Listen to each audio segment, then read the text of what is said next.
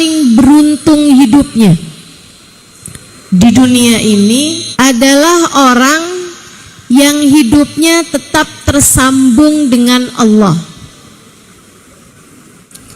Dia memperhatikan Allah, Allah pun memperhatikan dia.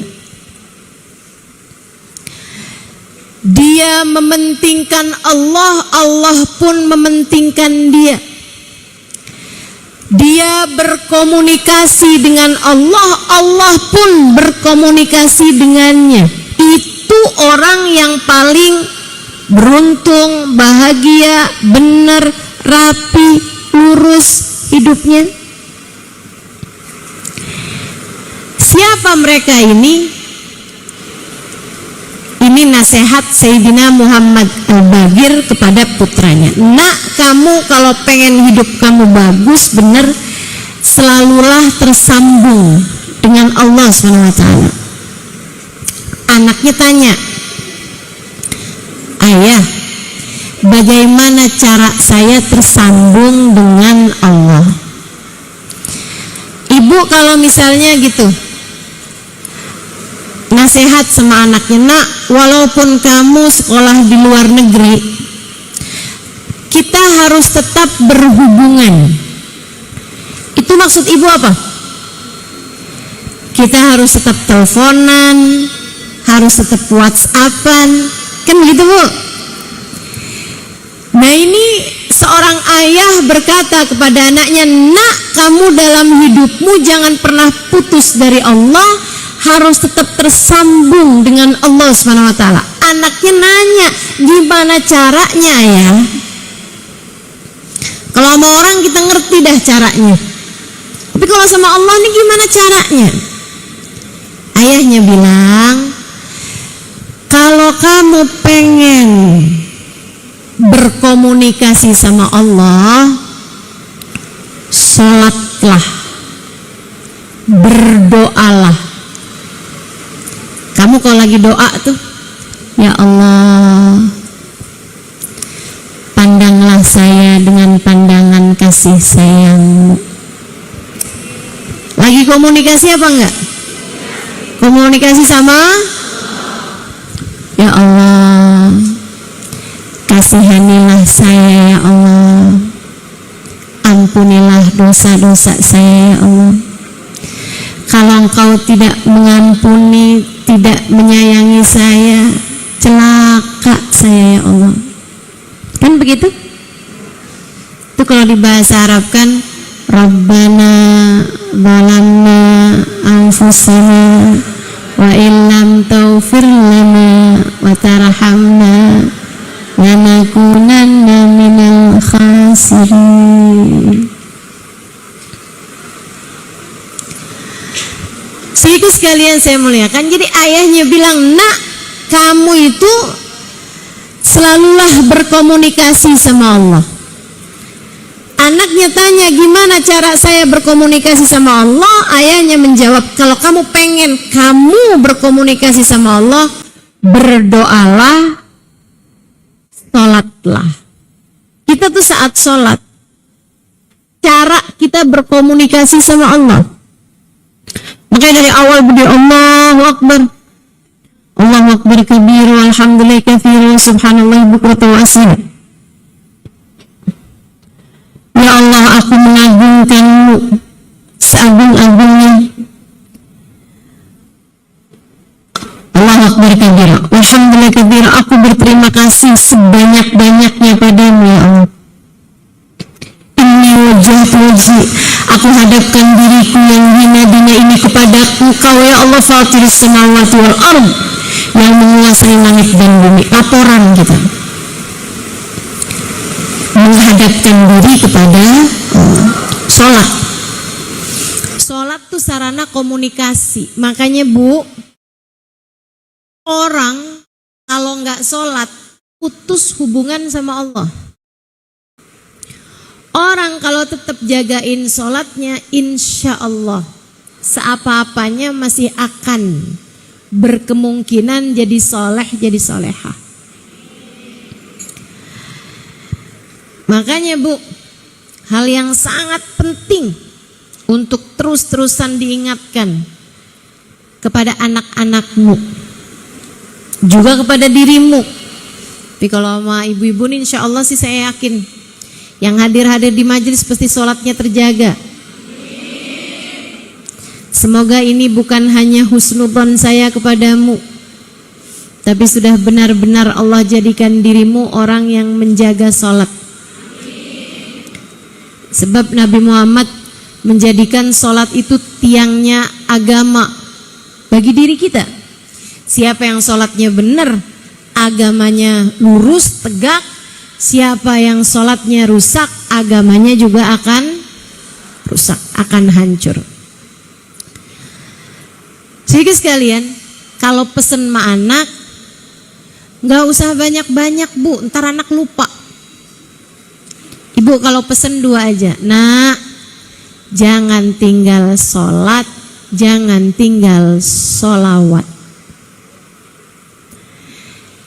Sebab orang kalau tinggal sholat putus hubungan sama Allah, kalau tinggal sholawat putus hubungan sama Rasulullah. Kita harus jaga hubungan kita sama Allah dengan sholat. Kita mesti jaga hubungan kita sama Nabi Muhammad dengan sholawat. Jangan tinggal sholat.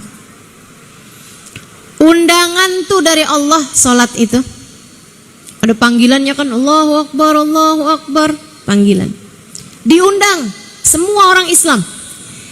Tapi yang hadir hanya yang ditentukan untuk datang. Makanya sering saya sampaikan, Bu, sering saya sampaikan, ketika seseorang sholat, bukan hanya karena dia mau sholat, akan tetapi karena dia masih punya nilai di sisi Allah, sehingga Allah mengizinkannya untuk menghadap kepada Allah. Ketika orang nggak sholat, ketika orang meninggalkan sholatnya, bukan karena dia nggak mau sholat, bukan hanya karena dia nggak mau sholat. Aku nggak mau sholat, males. Aku nggak mau sholat, berat. Aku nggak sholat nih ya, tapi aku tetap baik. Ini aneh nih kalau ada orang ngomong kayak begitu. Dia tuh orangnya nggak sholat tapi dia baik. Baik versi siapa? Baik menurut siapa? Kalau menurut saya, teman-teman saya sekalian, orang yang ninggalin Allah nggak ada kebaikan darinya. Allah aja dia tinggalin, apalagi kita. Betul nggak? Makanya buat adik-adik nih yang belum nikah, dek, jangan mau nikah sama orang gak sholat. Allah aja dia tinggalin, dek, apalagi kamu. Buat para janda,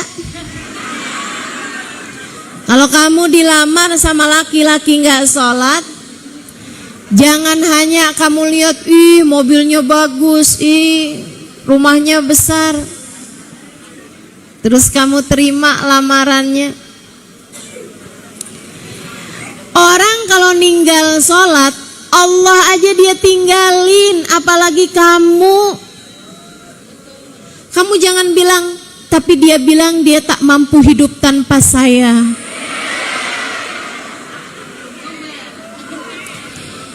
Itu namanya cinta monyet. Tungguin aja. Selagi masih ada cintanya, dia tidak meninggalkanmu. Tapi kalau cintanya udah habis, cintanya hilang, tinggal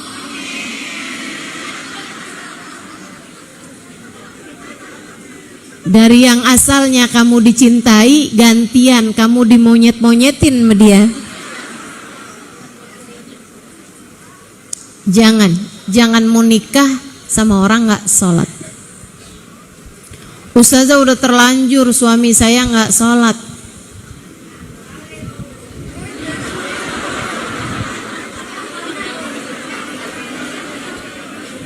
tinggalin boleh, jangan. Kalau udah terlanjur sih nggak boleh begitu. Kalau udah terlanjur, saudariku sekalian, ingat gini nih. Sholatnya suamimu nggak akan jadi hisab bagimu. Masing-masing. Hisaban kita tuh sendiri-sendiri. Istri dihisab atas perbuatannya kepada suami. Suaminya dihisab atas perbuatan dirinya dan juga ibadah istrinya. Makanya kalau ada istri nggak sholat, suami ikut nanggung dosa. Ikut dosa, bukan berarti istrinya jadi nggak dosa, tapi ikut menanggung dosa. Kalau istri nggak sholat, kalau suami nggak sholat, dia sendirian bu yang berdosa, kamu enggak. Ustazah, gimana ya caranya bangunin suami saya sholat subuh? Susah banget Ustazah. Lah kamu yang punya suami nanya sama saya.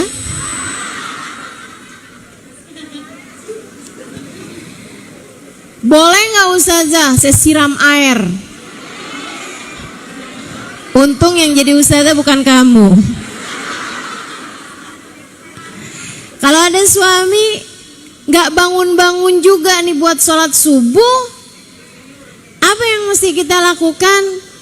Biarin, kita bangunin sekali, 2 kali. Tapi kalau dia nggak sholat juga, tinggalin sholatlah kamu. Kamu sholat, dia nggak sholat. Kenapa gitu? Boleh nggak kalau saya marah-marah, ngomel-ngomel? Sekarang gini loh, suami nggak sholat tuh kamu nggak ikut dapat dosa, tapi kamu ngomelin suami tuh kamu dosa.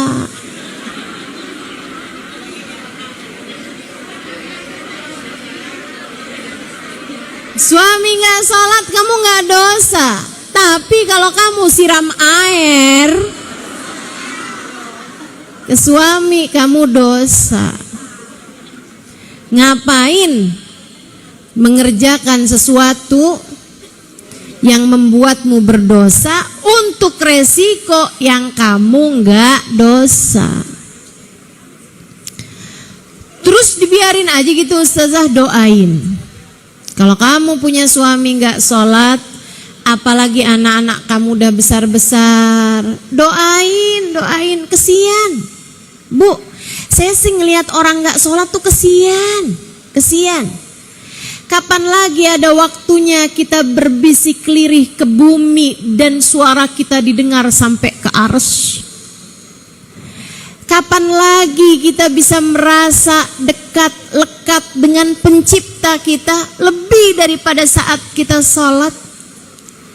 Nabi Muhammad sampai bilang, "Aqrab ma yakunul abad min rabbihi fahuwa sajid, fa'akthiru fiha du'a faqamin an yustajabalah." Tempat terdekat seorang hamba dengan Allah Tuhannya adalah saat dia sujud. Maka berdoalah di saat sujudmu, sangat mungkin doamu diijabah oleh Allah Ta'ala.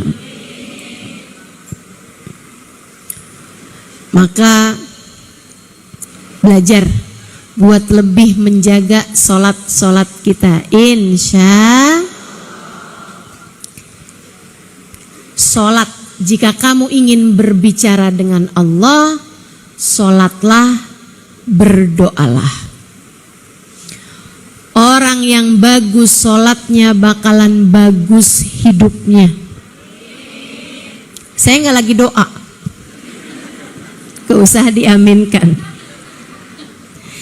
Saya cuma mau bilang, orang kalau sholatnya bagus, hidupnya bakalan bagus. Amin lagi.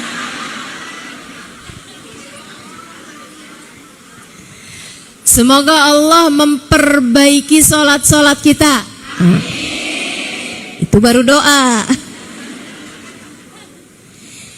Orang kalau bagus sholatnya, pasti bakalan bagus hidupnya, Bu. Sebagaimana orang kalau sholatnya berantakan, sangat sulit untuk memperbaiki kehidupan. Ini hal pertama yang harus kita perbaiki. Kita mau benerin hidup nih, hal penting untuk kita perbaiki adalah perbaiki sholat. Ibu-ibu saudariku sekalian yang saya muliakan, kalau kamu ingin berbincang dengan Allah, sholatlah. Jangan tinggal sholat. Sampai ketika datang seseorang, dia mengadu kepada Nabi Muhammad, "Ya Rasulullah, inna jariyati sarakat mali." Saya punya budak wahai Rasul, perempuan. Budak perempuan, dia suka ngambilin duit saya, suka lumayanan. Ntar disuruh belanja, ada duit kembaliannya nggak dibalikin. Ini dia ngaduin budaknya ya. Kalau sekarang suami-suami ini kalau ngaduin istrinya pada begitu. Kalau dia bilang buat bayar listrik berapa? Sebenarnya 300 dinaikin jadi 500. Itu bayar listrik apa top up?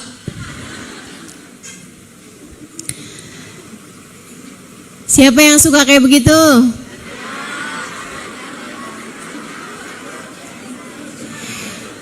Inna jariyati sarakat mali, wahai Rasul. Kata Nabi nih, Ustazah kalau kayak gitu boleh apa nggak boleh sih? Ya nggak boleh kalau bohong. Jadi kamu mesti bener aja, mesti yang bener, yang jujur. Biar yang kamu dapet tuh halal. Gitu kan? Bayar listrik berapa? Sebenarnya 300, tapi kamu bayar melalui saya, ada biaya admin.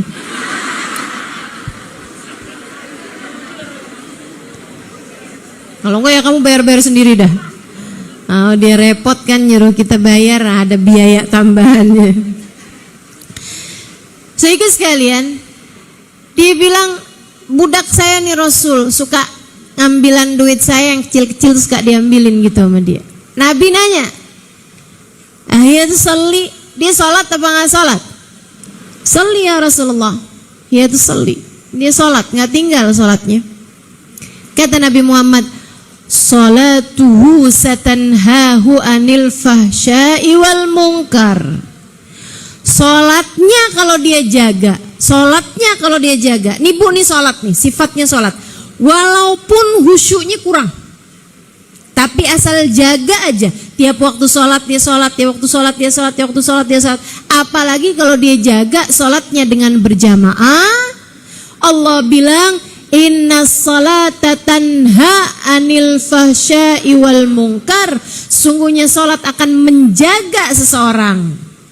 Sungguhnya salat akan menjaga seseorang dari kemungkaran dan dari perbuatan-perbuatan dosa. Salat akan menjaga seseorang, mencegah seseorang dari perbuatan-perbuatan dosa. Makanya ini saya yakin, ibu-ibu sholat?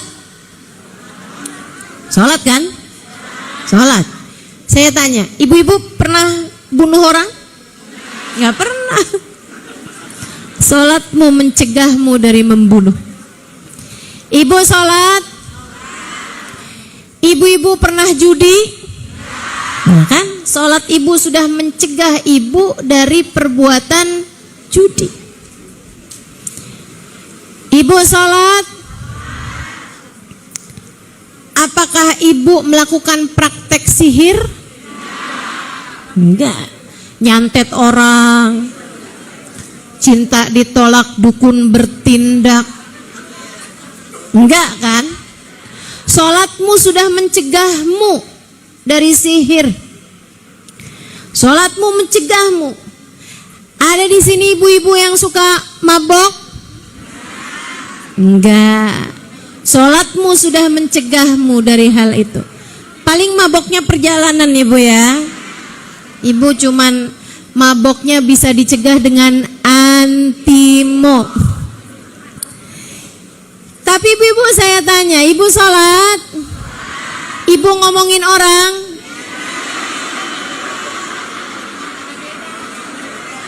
Ibu sholat? Ibu pernah bohong? Sholatmu sudah mencegahmu dari dosa-dosa besar, tapi ternyata sholatmu belum bisa mencegah dari perbuatan dosa-dosa. Itu. Terus gimana dong Ustazah kalau kayak gitu? Dibenerin lagi sholatnya, dirapikan lagi sholatnya, sholatmu akan mencegahmu dari berbagai macam perbuatan-perbuatan dosa. Semakin bagus sholatnya, pasti akan semakin bagus hidup seseorang. Sholatnya udah tambah rapi, lama-lama gak bisa bohong. Sholatnya tambah lebih rapi, lama-lama gak bisa marah-marah, ngomel-ngomel sama suami. Sholatnya tambah rapi, lama-lama nggak bisa marah-marahin anak. Tuh sholatnya sudah mampu mencegah seseorang. Ibu-ibu, teman-teman sekalian, sang ayah berkata lagi, kalau kamu kepengen kamu berbincang sama Allah, sholatlah, berdoalah. Kalau kamu kepengen Allah yang berbincang denganmu, bukalah Al-Quran. Bacalah Al-Quran, di sana terdapat jawaban Allah, firman Allah yang tertuju kepadamu. Tapi memang Quran itu dibaca, difahami hanya oleh orang yang mengerti ilmunya. Quran itu kayak lautan. Lautan tuh bisa dinikmati siapapun. Tapi jangan main-main. Kalau kamu bisa berenang, bolehlah kamu jadi nelayan. Ya kan begitu? Kalau kamu bahkan gak bisa berenang mau jadi nelayan, ya tenggelam. Kalau kamu cuman bisa berenang aja, jangan jadi penyelam. Sebab penyelam perlu skill yang lebih besar, tahan nafas dan lain sebagainya. Ada ilmunya. Buat bisa dapetin ikan, kamu bisa jadi nelayan. Tapi buat bisa dapetin mutiara di dasar lautan, kamu harus menjadi seorang penyelam. Kalau kamu bahkan gak ngerti caranya menyelam, kamu gak ngerti caranya berenang, jangan coba-coba jadi penyelam atau bahkan sekedar jadi nelayan. Melainkan jadilah penikmat senja yang duduk di tepi pantai untuk melihat pemandangan indah saat sore hari. Gak apa-apa kamu bawa teh di termos, ya kan? Bawa cemilan-cemilan, tempe goreng, tahu goreng pakai cabai.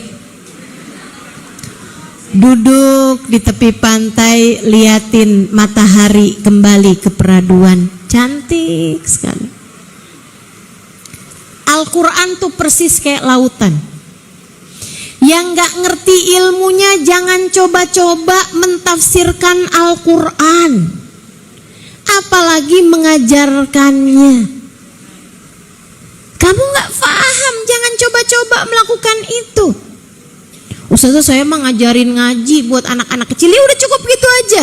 Gak usah coba tafsirin Quran. Sari tilawahnya doang, Ustazah dibaca doang. Ya kalau dibaca doang mah gak apa-apa. Tapi kalau kau berusaha menerangkan, takutnya malah justru jadi salah-salah. Ada ilmunya, Bu. Lebih rumit daripada ilmu menyelami lautan. Panjang masanya. Saya belajar ilmu Al-Quran lebih dari 12 tahun. Segitunya ibu-ibu saudaraku sekalian, tidak gampang untuk menerangkan Al-Quran, melainkan dengan kita mempelajarinya lebih dulu, menyampaikan tafsir dari para ulama-ulama yang memang sudah menyampaikan tafsirnya di dalam kitab-kitab mereka. Gitu. Nah, tapi Al-Quran memang berisi banyak sekali ilmu pengetahuan, termasuk tentang kita perempuan. Makanya beberapa waktu yang lalu saya buat kajian bersama teman-teman dari Jepang, kalau saya nggak salah ingat. Mereka ada satu pertanyaan, Ustazah, ada beberapa orang mengatakan bahwa Al-Quran itu sudah tidak relevan untuk di zaman sekarang ini. Apa pandangan Ustazah tentang hal itu? Saya bilang, yang bikin Al-Quran atau Al-Quran itu berisi firman dari Allah yang menciptakan alam semesta. Selagi alam semesta ini masih berada dalam kendali Allah, Al-Quran akan selalu pas dengan penghuninya, sebab yang menurunkan Al-Quran dialah pula yang menciptakan umat manusia dan segala zaman. Betul gak? Kamu ciptaan siapa?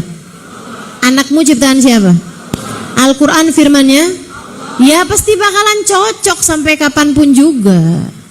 Gak ada ceritanya Al-Quran udah gak cocok lagi. Ada pertanyaan lagi, Ustazah, Al-Quran itu banyak sekali mendiskriminasikan kaum wanita. Saya bilangnya mustahil kayak begitu. Kalau kamu merasa ada ayat Al-Quran mendiskriminasi, tuh kan?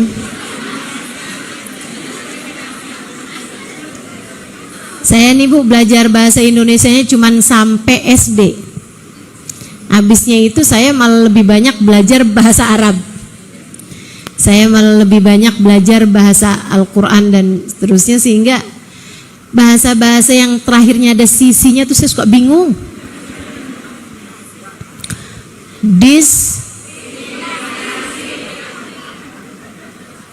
Kayak deket gak sih sama demokrasi, koalisi?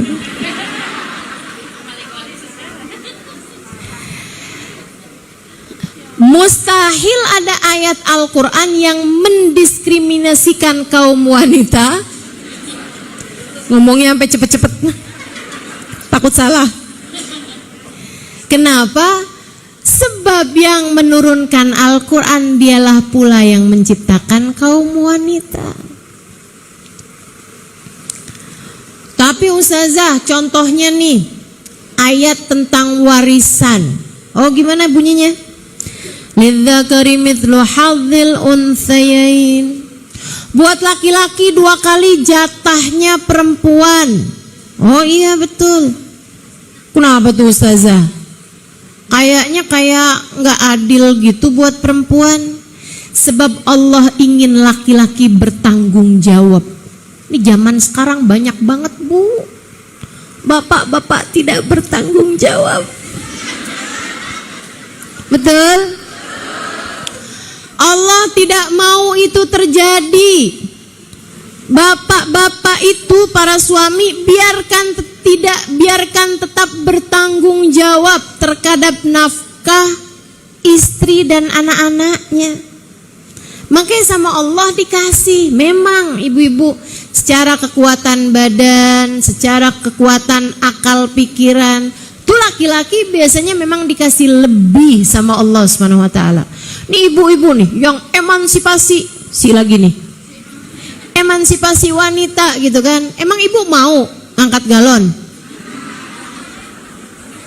Emang ibu mau ngangkat beras 50 kilo? Oh enggak gitu kan. Emang ibu mau tuh benerin genteng waktu bocor? Kita akan suruh orang laki-laki. Dan memang mereka memang punya kelebihan-kelebihan daripada kaum wanita dalam hal kekuatan fisik dan lain sebagainya. Saya bilang kamu gak baca tuh dalam Al-Quran, berisi banyak sekali ayat-ayat yang mengatakan tentang bagaimana seharusnya laki-laki berbuat baik pada kaum perempuan. Nih Bu nih, saya kalau baca Al-Quran, saya suka kegeeran gitu. Ya Allah, Allah baik banget ya. Ada ayat saya baca gini. A'udzu billahi minasyaitonir rajim. Wa'ashiruhunna bil ma'ruf. Wa'ashiruhunna bil ma'ruf. Berbuat baiklah kalian kepada istri kalian. Pergaulilah istri kalian dengan baik. Yang baik-baik sama istri. Bu, itu saya dengernya kayak permintaan bapak saya kepada suami saya. Betul nggak? Yang baik ya sama istrinya. Awas loh, yang baik sama istrinya. Betul apa enggak? Terus Allah tambahin lagi, wa in karihtumuhunna fa'asa an takrahu syai'a wa yaj'alullah. Kurang baik apa Allah, Bu, sama kita kaum perempuan? Sampai Allah pesen sama para suami-suami kita yang baik sama kita. Tapi saya nggak seneng sama dia ya Allah. Tapi saya terlanjur terjebak hidup bersamanya. Jangan. Wa in karihtumuhunna, jika bahkan kamu nggak demen sama dia sekalipun, nggak seneng sama dia sekalipun, benci sekalipun sama dia, tetaplah berbuat baik padanya. Asa an takrahu syai'a wa yaj'alullahu fihi khairan katsira. Seringkali kamu paksain berbuat baik padanya, Allah akan kasih kepadamu kebaikan yang sangat banyak. Itu kayak bapaknya seorang perempuan yang sangat sayang, gitu ya, bilang sama mertuanya, udah deh nak, yang baik-baik aja sama anak saya, sama istri kamu. Tapi saya nggak demen pak sama dia. Udah tenang, nggak apa-apa, kamu tetap baik aja deh. Nanti ya urusan rezeki kamu akan saya urusin. Nanti ya perusahaan tuh akan saya kasih nama kamu. Nanti ya mobil kamu akan saya kasih. Nanti ya kamu akan saya. Kayak gitu Allah kepada hamba-hambanya, para laki-laki di atas muka bumi ini, umat Islam. Halo panitia, halo. Berisik amat sih.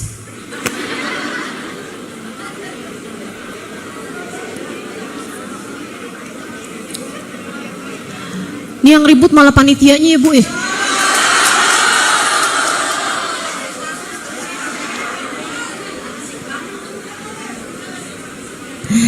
Panitia itu melancarkan acara, bukan malah mengganggu acara.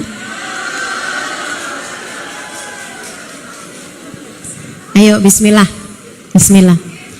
Karena kalau berbicara ini perlu konsentrasi, dan bicara itu, konsentrasi itu perlu ketenangan. Tolong bantu saya.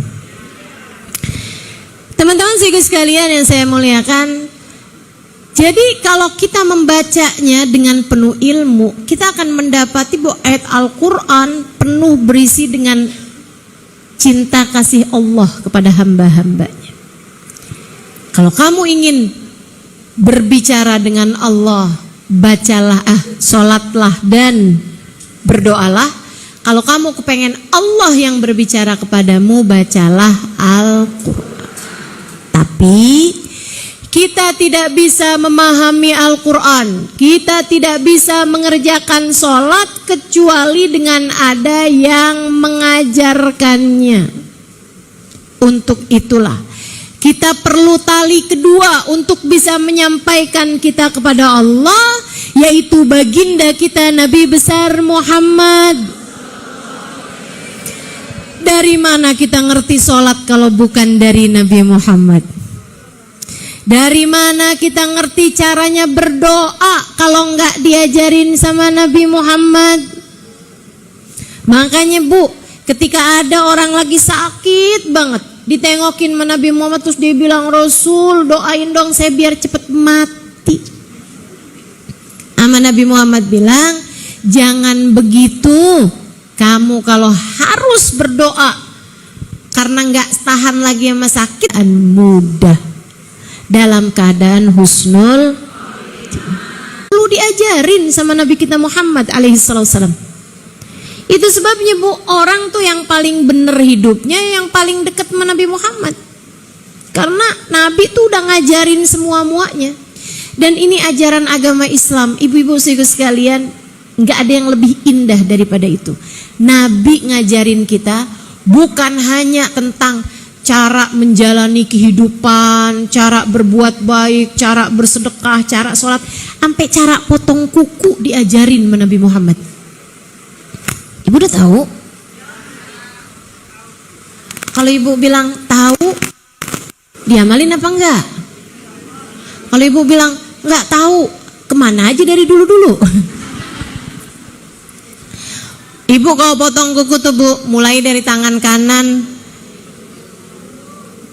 telunjuk, habis itu ke tengah, habis itu ke jari manis, habis itu ke kelingking, habis itu ke jempol. Nah habisnya itu begini nih, secara berurutan,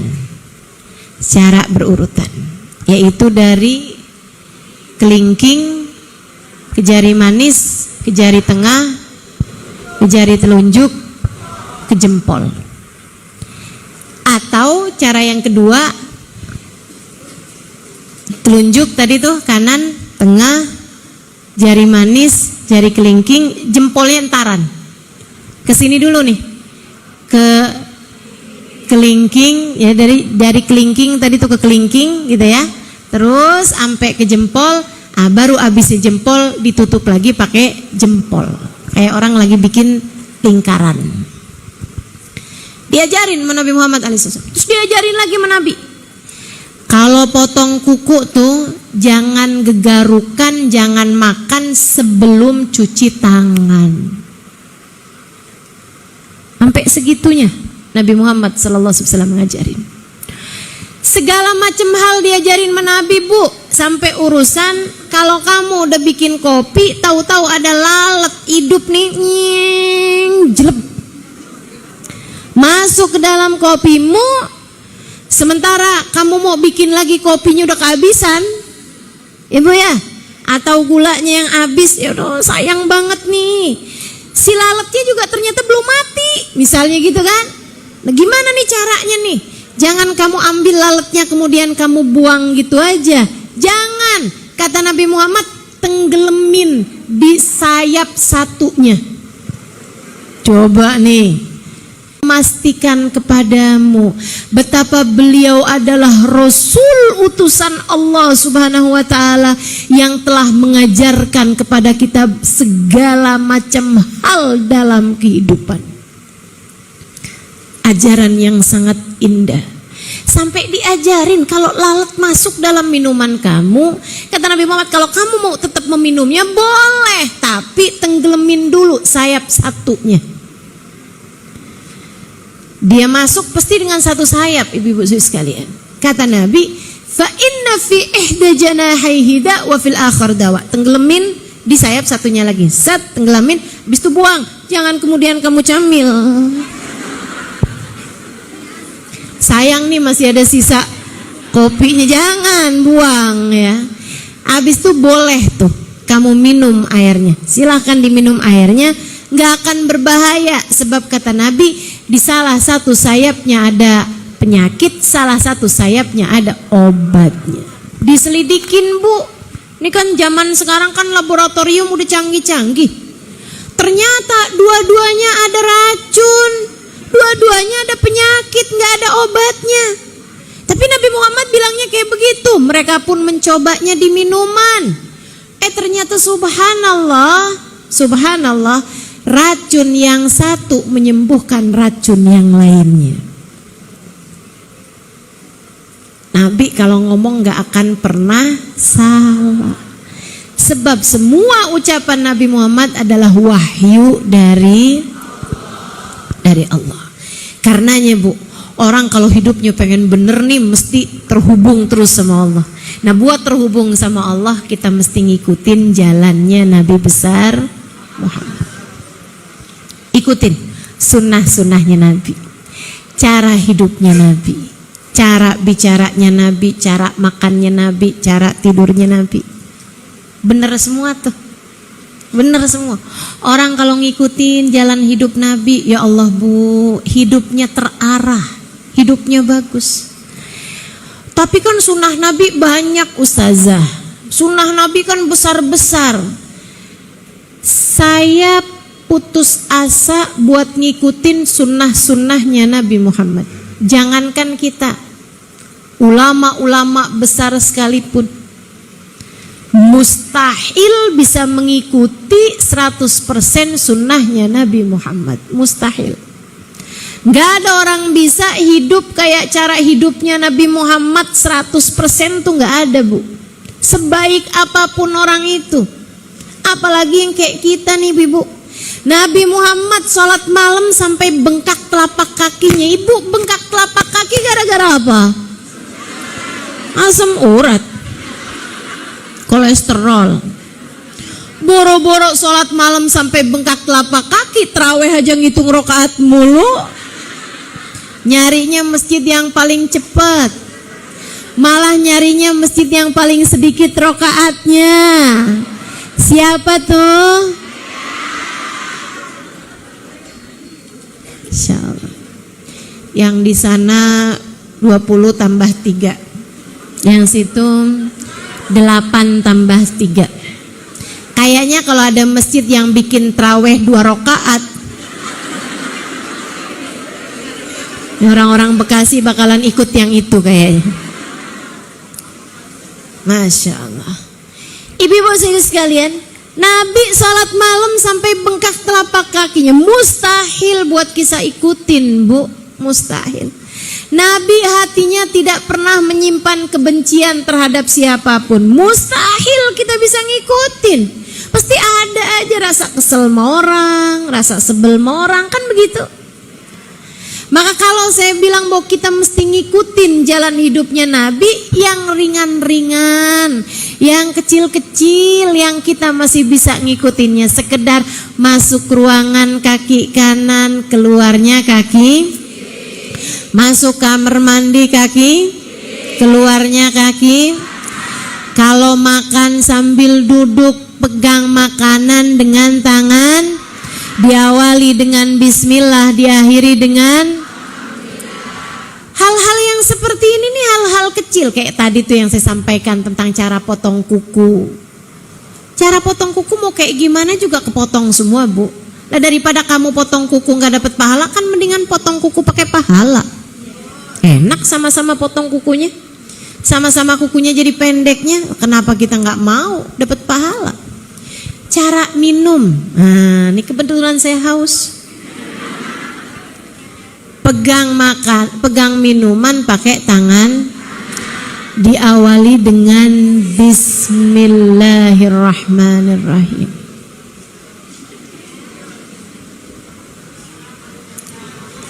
Tiga kali tegukan.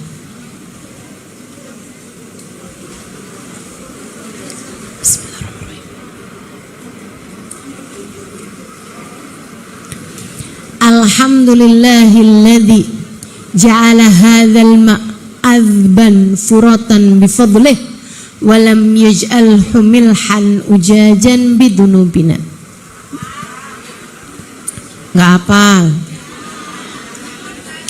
Alhamdulillahilladzi ja'ala hadzal ma'adban furatan bifadlih wa lam yaj'alhu milhan ujajan bidunubina. Enggak hafal, ya tahu saya. Kayaknya kalau urusannya ngajarin doa ini nih sampai maghrib nih. Ya Allah, terima kasih Engkau telah jadikan air ini tawar dan mudah kami dapatkan dengan rahmat-Mu ya Allah. Dan tidak menjadikan air ini asin ataupun susah kami dapatkan disebabkan karena dosa-dosa kami. Katanya Nabi Muhammad dalam salah satu hadisnya, siapa yang minum dengan adab-adab yang tadi telah saya sampaikan, minumnya duduk, minumnya pakai tangan kanan, minumnya 3 kali tegukan, tidak bernafas di dalam air. Jadi salah tuh kalau minum glok-glok-glok-glok, kan gitu kan? Kalau minumnya glok-glok kan nafas keluar masuk, itu nggak bagus. Minumnya 3 kali tegukan, tidak bernafas di dalam air. Setiap tegukan diawali dengan bismillah. Atau kalau mau panjang, bismillahirrahmanirrahim. Diakhiri dengan doa seperti yang tadi. Doanya harus yang seperti yang tadi. Ustazah cukup kalau doanya baca alhamdulillah doang? Boleh aja, tapi nggak dapat fadilah yang akan saya sampaikan. Siapa yang minum dengan adab-adab yang telah tadi saya sampaikan, diakhiri dengan doa yang tadi telah saya sampaikan, saudara sekalian, kata Nabi Muhammad, Allah tidak akan mentakdirkan dirimu berbuat dosa selagi air tersebut ada dalam badanmu. Selama kamu minum, dosa berguguran dari dirimu. Selama air itu ada dalam tubuhmu, kamu tidak akan ditakdirkan berbuat dosa. Enak bener jadi orang Islam. Ustazah, kok saya baru tahu ya ilmu ini? Nah, kamu gak ngaji. Ngaji dong. Kalau ngaji diajarin, kan begitu? Ngikutin ajarannya Nabi Muhammad, nggak ada yang pernah keliru, Bu. Enak semua, bagus semua. Ibu, saya ceritain. Saya ada dapetin hadisnya Nabi di masa saya sekolah dulu di Al-Anwar, Sarang, Rembang, Jawa Tengah. Saya mondok tempatnya Kiai Haji Maimun Zubair 3 tahun. Ada hadis yang berbunyi, saya mondok 12 tahun, Bu, di Darul Lughah wa Da'wah, Bangil, Pasuruan, tempatnya Habib Hasan Baharun, hampir 5 tahun. Habis itu di Tauhidiyah, Tegal, Jawa Tengah, tempatnya Kiai Haji Ahmad Saidi setengah tahun. Habis itu di Al-Anwar, Sarang, Rembang, tempatnya Kiai Haji Maimun Zubair 3 tahun. Habis itu Darul Zahra, Tarim, Hadramaut Yaman, tempatnya Habib Umar bin Hafid selama 4,5 tahun. Ibu-ibu sekalian, selama saya di Sarang 3 tahun, saya di awal-awal belajar dapat ada hadis diajarkan, bunyinya, man shallal fajr bi alam wa alam lam yusibhu dzakal yaum alam. Siapa yang sholat sunnah qobliyah subuh, namanya sholat sunnah fajar, sholat sunnah qobliyah subuh, sesudah adzan subuh, sebelum mengerjakan sholat fardu subuh, qobliyah subuh. Ibu boleh niat usolli sunnata qobliyatal subuh misalnya gitu, atau ibu bisa niat usolli sunnatal fajar rakaatain lillahi ta'ala. Kemudian dia membaca rakaat pertama alam nasyrah, rakaat kedua alam taro. Siapa yang sholat qobliyah subuh dengan membaca alam nasyrah rakaat pertama, alam taro rakaat yang kedua, lam yusibu dzalikal yaum alam, dia nggak akan terkena rasa sakit sepanjang hari tersebut. Panjang hari sampai maghrib, nggak bakalan sakit, nggak bakalan ngerasa sakit. Ibu-ibu sekalian, saya, Bu, ngamalin itu selama 3 tahun. Ibu-ibu sekalian, nggak pernah bolos sekolah karena sakit. Karena sesakit apapun saya di waktu malam, subuh saya sholat baca itu, paginya hilang sakit saya, terdatang lagi malam lagi. Siangnya tuh selalu aman dan gak ada sakitnya gitu. Subhanallah, kebenaran hadisnya Nabi Muhammad SAW. 3 tahun gak pernah cuti, gak pernah libur karena sakit, kecuali ketika saya sedang dalam keadaan menstruasi. Saya nggak bisa sholat qobliyah subuh dengan membaca alam nasroh dan alam taro. Itu baginda kita Nabi besar Muhammad SAW. Ngajarin semuanya. Enak orang tuh kalau hidupnya dengan mengikuti sunnahnya Nabi. Ini saya mau ajarin nih, ibu-ibu pasti senang nih, dengerin nih. Ada orang ngadu sama Nabi Muhammad Rasul, utang saya banyak, rezeki saya seret Rasul, saya mesti gimana dong Rasul? Usaha ini gagal, usaha itu gagal, seret mulu, susah hidup saya nih Rasulullah. Ama Nabi diajarin, Bu, idza dakhala baitak, kalau kamu masuk rumah, fasallim ala ahli, ucapkanlah salam terlebih dahulu. Ini tambah jarang nih sekarang. Orang masuk rumah masuk-masuk aja nih. Dulu sih awal-awal tuh zaman saya kecil kayak rata-rata gitu diajarin di sekolah-sekolah madrasah. Jadi kalau pulang dari sekolah tuh Assalamualaikum. Kan gitu tuh. Sekarang nggak tambah jarang orang masuk rumah baca ucap salam. Coba deh perhatiin deh. Perhatiin. Anak-anak zaman sekarang pada nggak diajarin kayaknya. Teman-teman sekalian saya muliakan, kata Nabi kalau kamu masuk rumah ucap salam dulu. Assalamualaikum warahmatullahi wabarakatuh. Kemudian thumma surat al-ikhlas. Kemudian bacalah surat al-ikhlas. Ucap salam, kemudian baca surat al-ikhlas. Assalamualaikum, al-ikhlas, al-ikhlas. Enggak gitu. Salah. Akan tapi bismillahirrahmanirrahim. Qul huwallahu ahad. Allahus samad. Lam yalid wa lam yulad wa lam yakul lahu kufuwan ahad. Berapa kali? Sekali aja. Sekali aja. Kalau saya sekalian juga masuk baca al-ikhlas sama baca ayat kursi. Kenapa gitu? Diajarin juga sama Nabi, Bu. Kalau ibu suka panas dalam rumah, ngelihat suami bawaan pengen marah, ngelihat anak bawaan pengen ngomel, iya, cobain dah masuk rumah baca ayat kursi. Biar kenapa? Biar setannya nggak ikutan masuk. Tuh yang bikin panas rumah setan, Bu. Setan tuh terbuatnya dari api. Maka ibu-ibu jangan mau temenan sama setan. Setannya biar suruh di luar aja, nggak usah ikutan masuk. Caranya dengan tiap masuk rumah baca ayat. Jadi kalau ada anak masuk-masuk ngomel-ngomel marah-marah gitu, bilangin anak keluar lagi. Masuk ucap salam baca ayat kursi. Cepetan. Ituin. Besokannya suami pulang-pulang marah-marah, keluar lagi.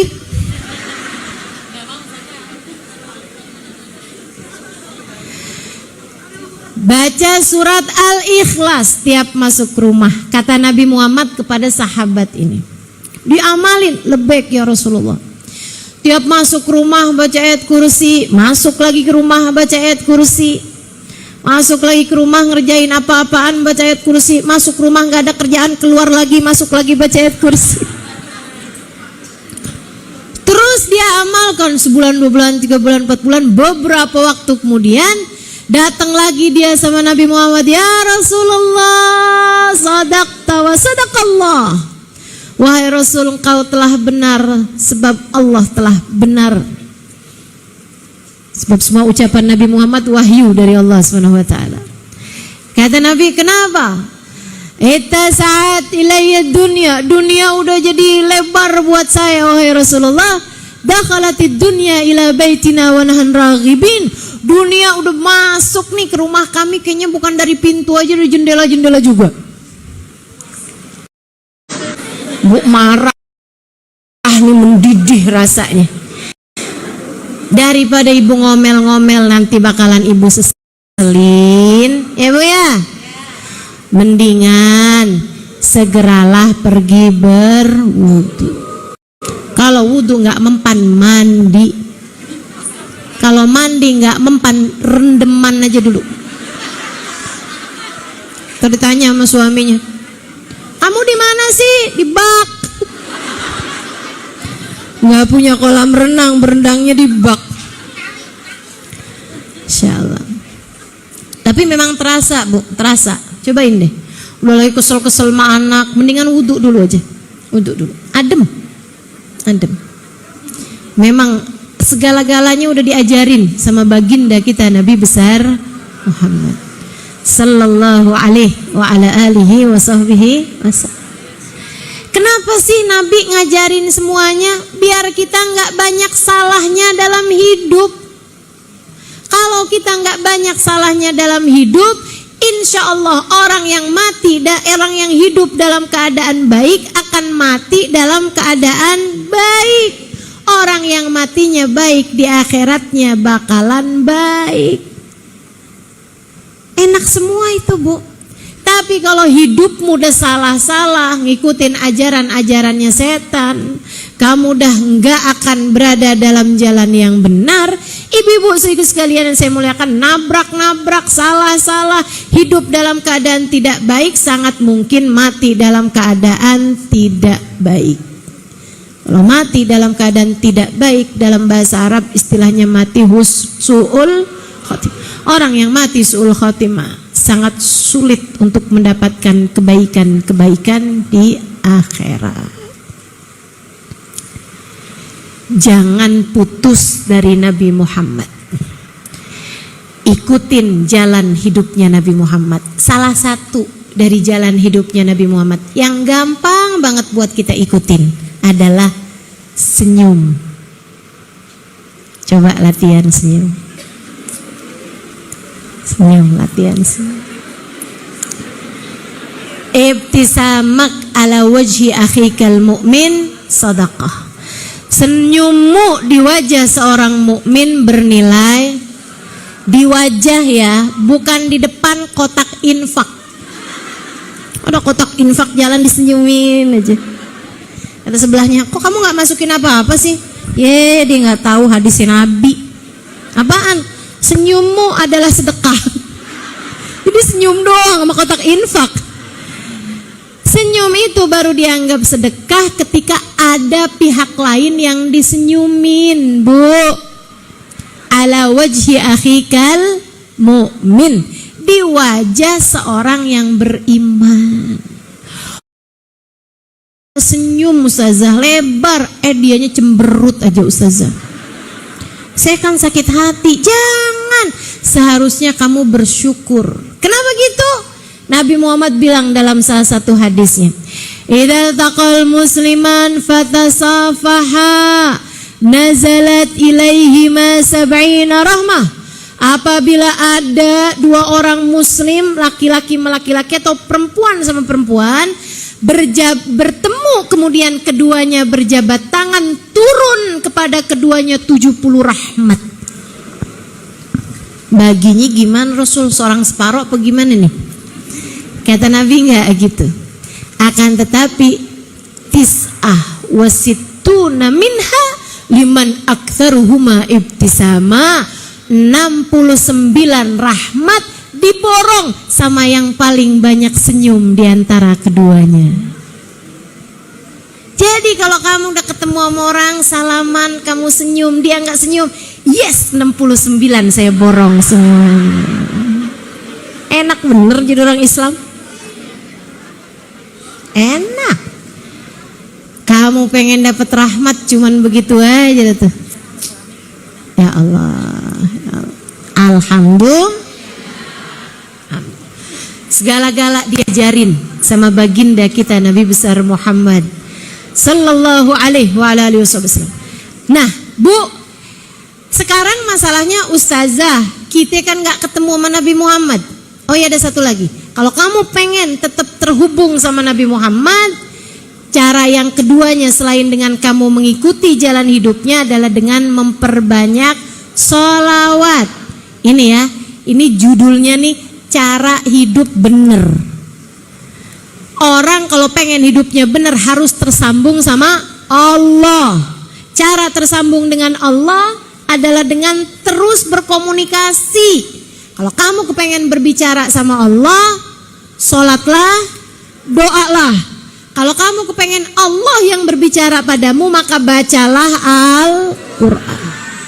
Sekarang kita nggak bisa ngerti makna Quran, kita nggak bisa ngerti cara sholat, cara doa, kecuali dengan baginda kita Nabi besar Muhammad. Maka kamu harus terhubung dengan Sayyiduna Muhammad. Jangan putus. Gimana caranya? Ikuti jalannya, perbanyaklah sholawat padanya. Itu Bu senjata menurut saya paling kuat. Kita manusia hidup kan pasti ada kesusahan-kesusahan. Ya, Ibu yang saya liatin, kesusahan sebesar apapun rontok Bu sama sholawat. Udah deh, tenang banget. Kita nih enak banget jadi orang Islam. Makanya yang nggak jadi orang Islam tuh kesian gitu, kesian. Atau orang Islam yang nggak ngerjain agamanya itu juga kesian, kesian. Karena orang Islam tuh segala-gala diajarin, segala-gala dikasih tahu, dan enak semuanya ngamalinnya. Salah satunya sholawat. Apapun kesulitanmu dalam hidup, sholawat. Udah, nggak lain, nggak bukan. Ustazah, ini mah ujiannya berat banget tuh Ustazah dalam hidup saya ini Ustazah. Saya nggak sanggup ngadepinnya Ustazah. Saya susah ngadepinnya Ustazah. Saya ajarin nih Bu nih. Saya menyebutnya sholawat darurat. Ini udah banyak banget yang nyobain, banyak banget yang ngamalin dan berhasil semuanya. Yang ngamalin, yang nyobain berhasil. Tapi ibu kerjainnya hanya kalau ada hal-hal yang emang berat aja Bu. Maksudnya kalau hari-hari nggak usah baca gitu Ustazah. Kalau hari-hari baca sholawat yang lain-lain aja. Biar kita punya senjata yang ampuh, bisa kita pakai dalam keadaan-keadaan yang benar-benar darurat gitu, yang benar-benar susah. Ibu mau saya ajarin? Sholawatnya bunyinya gini nih Bu. Allahumma, ikutin deh. Allahumma sholli wa sallim ala sayyidina Muhammadin qad daqat hilati adrikni ya Rasulullah. Saya ulangi. Allahumma sholli ala sayyidina Muhammadin qad daqat hilati adrikni ya Rasulullah.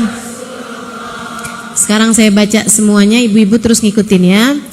Allahumma salli ala sayyidina Muhammadin qad daqat hilati adrikni ya Rasulullah. Lagi.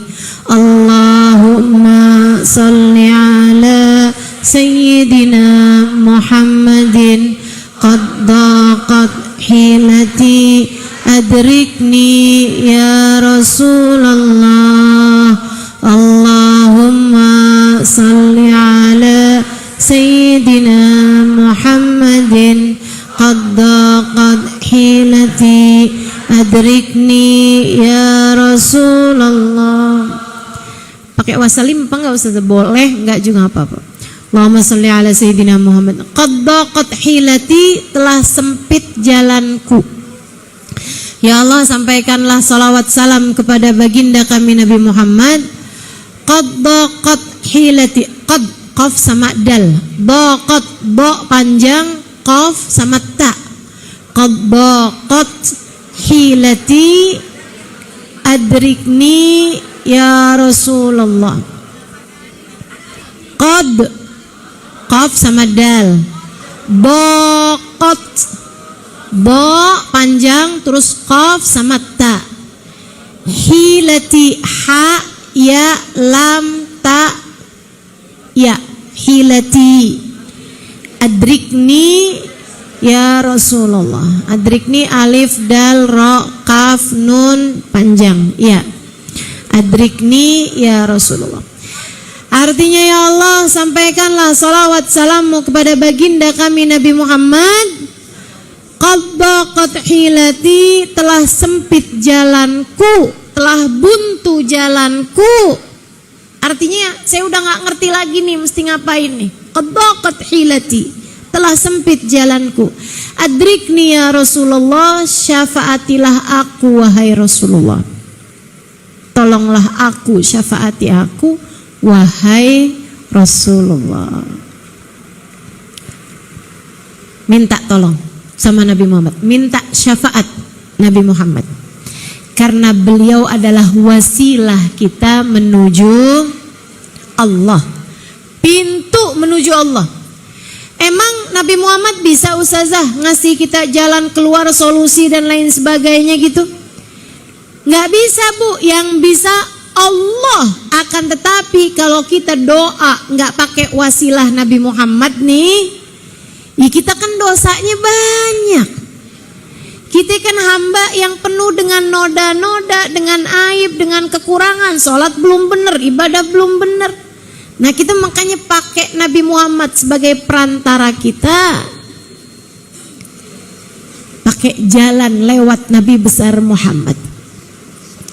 Sebab kalau Nabi Muhammad kita mintain syafaat, nabinya nanti yang akan ngebelain kita, nabi yang akan memohonkan hajat kita kepada Allah.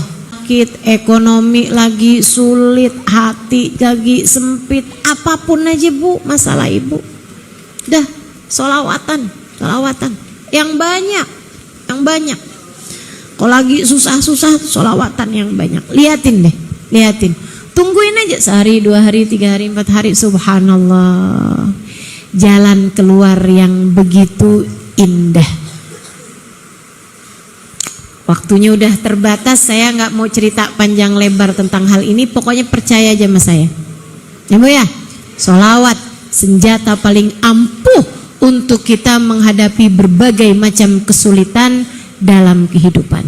Nah Bu, Nabi Muhammad nggak bisa kita kenali, nggak bisa kita tauin kehidupannya kecuali dengan ada tali ketiganya nih yang nyampe kepada kita, namanya para ulama. Kalau hidup kamu kepengen bener, ikuti, cintai, sayangi para ulama. Kata Nabi Muhammad, saya di zaman ala ummati, akan datang waktu kepada umatku yafirruna minal ulama, ada orang-orang yang gak demen sama ulama. Ibu ketemu orang-orang yang gak demen sama ulama? Ibu ketemu orang-orang yang gak demen sama kiai, gak demen sama habaib, gak demen sama ustazah, gak demen sama ustaz? Ketemu? Yang kalau disebut pengajian kayak alergi gitu. Yang kalau dengerin ceramah kayak nyari-nyari pembenaran gitu. Allah, siapa bilang kayak begitu? Terpinter ngomong aja tuh ustazahnya tuh. Ada yang begitu? Kalau diajakin jalan-jalan, pergi ke mall, ya ampun semangatnya luar biasa. Giliran diajakin ke pengajian, ada aja alasannya, ada.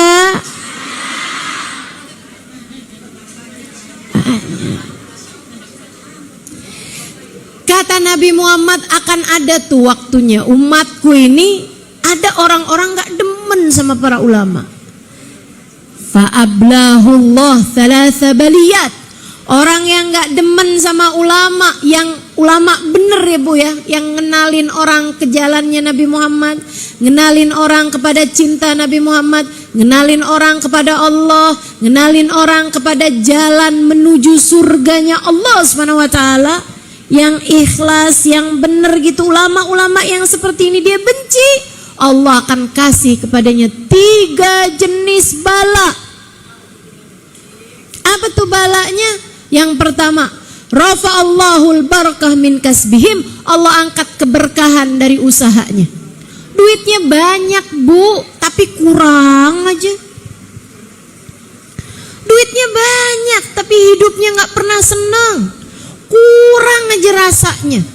Ampe yang haram-haram aja dia mau. Bu, gara-garanya karena gak cinta sama ulama. Kalau kamu ngerasa usahanya tuh ada, tapi kok duitnya kayak gak ada, coba inget-ingetin, udah cinta apa belum sama ulama? Kok kayaknya usaha gak ada berkah-berkahnya ya? Tiap hari kerja, keringetan, banting tulang, semuanya udah dikerjain, tapi kayak duitnya kayak gak ada aja gitu. Kayak buat ini gak bisa, buat sedekah gak bisa, buat itu gak bisa gitu.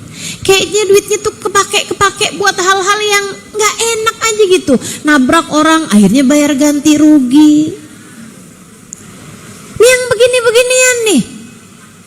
Saudariku sekalian, kenapa saya punya usaha hasilnya banyak tapi kayak nggak ada keberkahan? Coba lihatlah cara hidupmu. Mungkin dalam hatimu kamu benci terhadap para ulama. Hati-hati, hidupnya bakalan jauh dari berkah. Itu yang pertama. Yang kedua, fawallahu Allah waliyan zaliman. Orang kalau benci sama ulama, ibu-ibu sekalian, Allah akan berikan padanya pemimpin yang zalim. Pemimpin yang zalim tuh Bu, nggak harus presiden, nggak harus gubernur, nggak harus bupati, nggak harus wali kota, nggak harus camat, nggak harus lurah. Ibu-ibu sekalian, pemimpin yang zalim bisa jadi suami, pemimpin yang zalim bisa jadi atasan di pekerjaan. Pemimpin yang zalim, orang yang menguasai kehidupan kita tapi dia zalim pada Allah SWT. Kan gak enak banget ya Bu ya. Punya suami galak banget, punya suami pelit banget. Enak apa gak enak? Nah, coba liatin. Mungkin kamu gak cinta sama para ulama. Bawaan ngomongin mulu. Ada ustadz diomongin, ada ustadzah diomongin. Gak demen sama para ulama. Kalau yang hadir di sini sih aman.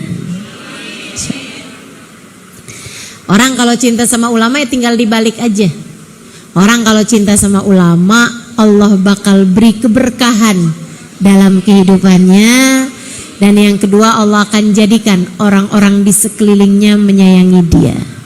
Yang terakhir paling mengerikan katanya Nabi Muhammad, orang kalau benci sama para ulama, Allah akan angkat iman dari dalam hatinya di saat ajal datang menjemputnya, hingga dia mati dengan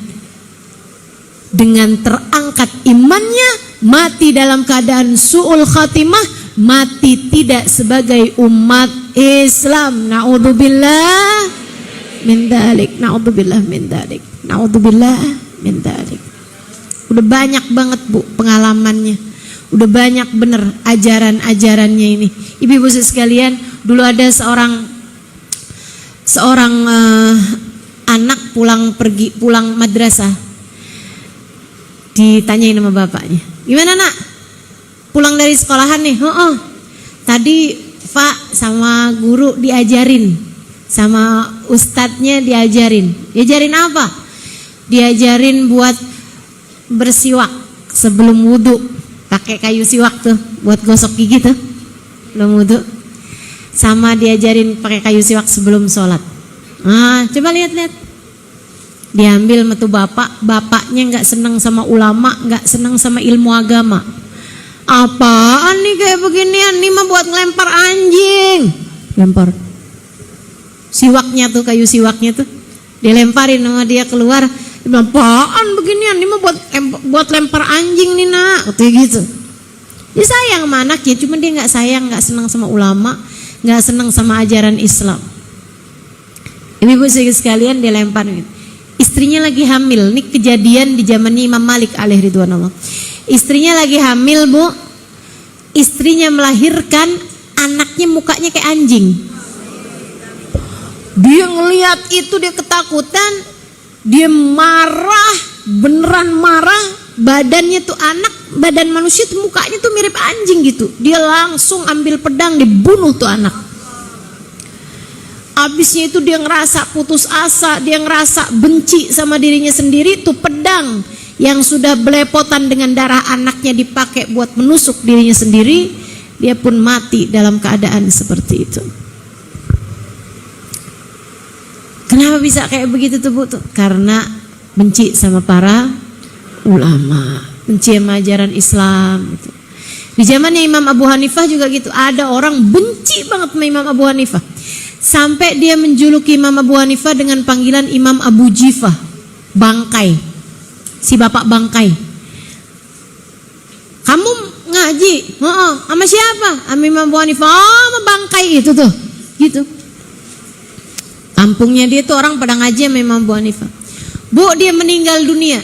Waktu dia meninggal dunia, jenazahnya bau banget, kayak baunya bangkai keciuman sampai ke kampung-kampung sebelah. Semua orang pada nanya hari itu, ada bangkai apaan sini, ada bangkai apa sini? Allah jadikan badan dia berbau bangkai, padahal baru meninggal gitu. Kenapa tuh kayak begitu? Karena dia tidak cinta sama ulama, karena dia benci sama Imam Abu Hanifah yang adalah seorang ulama yang soleh. Nah, nih udah saya kasih tahu caranya hidup bener.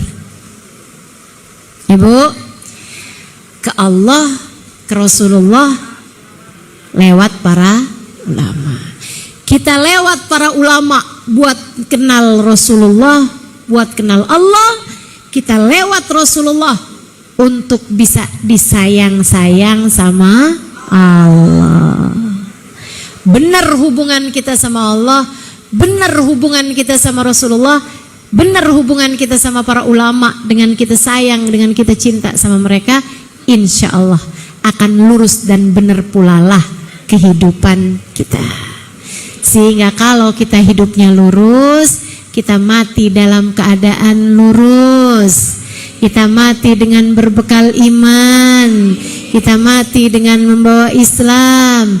Kita mati dengan membawa cinta kepada Allah, kepada Rasulullah, kepada para ulama dan orang-orang saleh, sehingga di hari akhirat nanti Allah perkenankan kita untuk berjumpa dengan Allah sedangkan Allah ridha kepada kita.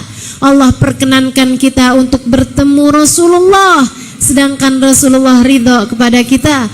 Allah perkenankan kita untuk berada dalam rombongan orang-orang soleh, berada dalam rombongan para ulama, berada dalam rombongan para syuhada, berada di belakang baginda Nabi besar Muhammad sallallahu alaihi wa alihi wasallam, insyaallah. Rabbana zalamna anfusana wa illam taghfir lana wa tarhamna lanakunanna minal khasirin. Rabbana atina fid dunya hasanah fil akhirati hasanah wa qina adzabannar. Bi fadli subhana rabbika rabbil izzati amma yasifun wa salamun alal mursalin walhamdulillahi rabbil